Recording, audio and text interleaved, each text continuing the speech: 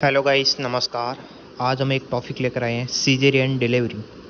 ये topic GNM nursing final year gynaecology का है, जिसके अंदर सीजेरियन डिलीवरी क्या होती है, क्यों करनी पड़ती है, क्या इसके कारण हैं और कितने प्रकार की होती हैं, क्या इसके फ़ायदे हैं और क्या इसके नुकसान हैं।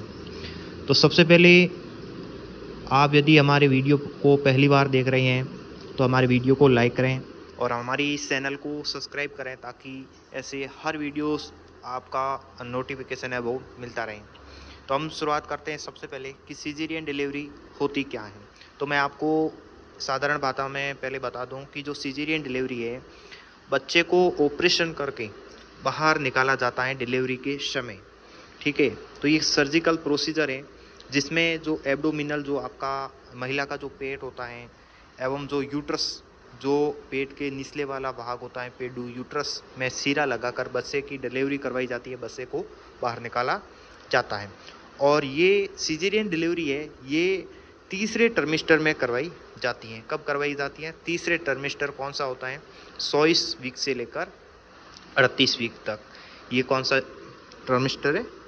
आपका तीसरा टर्मिस्टर कहलाता है। ठीक है, तो जो सीजेरियन डिलीवरी करने का जो मुख्य उद्देश्य होता है वो होता है मदर और फीटस में होने वाली कॉम्प्लिकेशन। डिलीवरी के समय कोई बच्चे और मदर्स को कोई कॉम्प्लिकेशन ना हो, कोई जटिलता ना हो, तब ये है जो सीजेरियन डिलीवरी का निर्णय है वो लिया जाता है। अपन बात करेंगे इंडिकेशन, मतलब संकेत। क्या संकेत हैं जिसके अंदर ये जो सीजेरियन डिलीवरी करवाई जाती है। सबसे पहले देख लेते हैं मैटरनल इंडिकेशन, माँ के संकेत।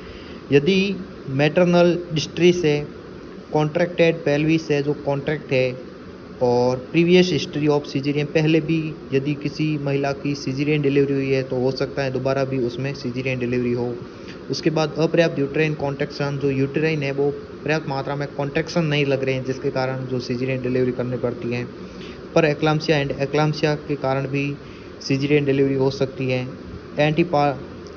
उसके बाद आता है एपीएस, उसके बाद आता है एसआईवी इन्फेक्शन, उसके बाद आता है रिजिड पेरिनियम, बाद आता है सर्वाइकल कार्सिनोमा हो गया है, सर्विक्स कैंसर है, मल्टीपल प्रेगनेंसी, मतलब बच्चों की संख्या एक से अधिक है तो सीजेरियन डिलीवरी की संभावना बढ़ जाती है। उसके बाद आता है फीटल इंडिकेशन, फीटल डिस्ट्रेस है, फीटस का आकार सामान्य से बड़ा है या माल प्रेजेंटेशन है, फीटस सही दिशा में नहीं है। उसके बाद आता है कोर्ड प्रोलैप्स, जो अम्लाइकल जो कोर्ड होता है वो प्रोलैप्स हो गया है, जिसके कारण भी सीजेरियन डिलीवरी होने की संभावना बढ़ जाती है। आता है बेड ऑब्स्टेट्रिकल हिस्ट्री है तो भी इसमें सीजेरियन डिलीवरी की संभावना बढ़ जाती है। उसके बाद अपन देखेंगे क्लासिफिकेशन ऑफ सीजेरियन डिलीवरी, मतलब कितने इसका क्लासिफिकेशन है। तो मुख्य रूप से जो सीजेरियन डिलीवरी है वो 3 प्रकार का क्लासिफिकेशन किया गया है।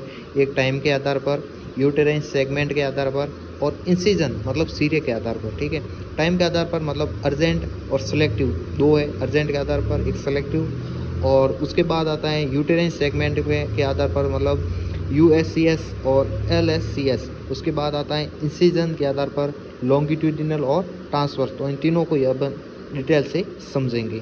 पहले हम बात कर लेते हैं टाइम के आधार पर। तो आता है सबसे पहला, फर्स्ट के अंदर फर्स्ट आता है अर्जेंट सीजेरियन डिलीवरी। तो अर्जेंट सीजेरियन डिलीवरी में क्या होता है, इसमें जो डिसीजन लिया जाता है डॉक्टर के द्वारा वो अचानक से लिया जाता है। ठीक है, तो इसमें जो सीजेरियन डिलीवरी वो अचानक से प्लान की जाती है डॉक्टर के द्वारा, और इसमें पहले सीजेरियन करने का कोई प्लान नहीं होता है डॉक्टर से। उसके बाद अपन इसमें देखते हैं कि इसमें अर्जेंट और आपातकालीन सीजेरियन डिलीवरी भी कहते हैं, क्योंकि ये जो सीजेरियन डिलीवरी है जो अर्जेंट की जाती है, एक अचानक से की जाती है। इसका जो डिसीजन होता है वो 30 मिनट के भीतर है, वो डॉक्टर के द्वारा लिया जाता है। और अर्जेंट डिलीवरी करने का जो मुख्य उद्देश्य है मदर और फीटस को बचाना है। बात आता है सेलेक्टिव सीजेरियन डिलीवरी। इसमें सीजेरियन की जो प्लानिंग है वो पहले से भी कर दी जाती है, मतलब जो प्रेग्नेंट महिला होती है तभी डॉक्टर को पता चल जाता है कि जो ये डिलीवरी है इसको सीजेरियन के द्वारा ही बच्चे को बाहर निकालना है। तो ये प्लान है जो पहले से किया हुआ होता है, तो ये सेलेक्टिव सीजेरियन डिलीवरी कहलाती है। इसमें जो सीजेरियन जो प्लानिंग है वो पहले से ही की जाती है और समय आने पर जो सीजेरियन के द्वारा डिलीवरी है वो करवाई जाती है। पता है यूटेराइन सेगमेंट के आधार पर, तो दूसरे के अंदर फर्स्ट है यूएससीएस, जिसके अंदर अपर सेगमेंट सीजेरियन सेक्शन।